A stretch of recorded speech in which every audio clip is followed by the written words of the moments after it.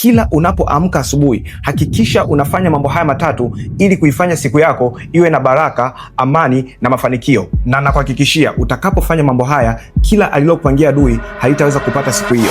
Jambo la kwanza, kabidhi siku yako kwa Mungu. Kitabu cha Zaburi sura ya 121 na ule mstari wa 8 inasema, Bwana atakulinda utokapo na uingiapo, tangu sasa na hata milele. Kwa utaingia kwenye maombi mafupi, utasema, Mungu, ninakuomba siku ya leo unilinde ninapotoka hapa nyumbani kwangu na huko ninakoenda. Nilinde na ajali, nilinde na mikosi, nilinde na mabalaa na chochote kile ambacho adui amekitega kwenye maisha yangu, kwa mamlaka ya jina la Yesu Kristo aliye hai. Na jambo la pili, tangaza ulinzi juu yako wewe na familia yako nzima. Kitabu cha Zaburi sura ya 34 na ule mstari wa 7 inasema, malaika wa Bwana hufanya kituo akiwazunguka wamchao na kuwaokoa. Kwa utaingia kwenye maombi mafupi ya kukiri, utasema, Mungu, siku ya leo natangaza ulinzi juu ya familia yangu, natangaza ulinzi juu ya biashara yangu, natangaza ulinzi juu ya nyumba yangu kuanzia siku ya leo kwa mamlaka ya jina la Yesu Kristo aliye hai. Na jambo la tatu haitakufanya, jifunike kwa damu ya Yesu. Kitabu cha Ufunuo sura ya 12 na ule mstari wa 11 inasema, nao akamshinda kwa damu ya mwanakondoo na kwa neno la ushuhuda. Kwa utaingia kwenye maombi machache, utasema,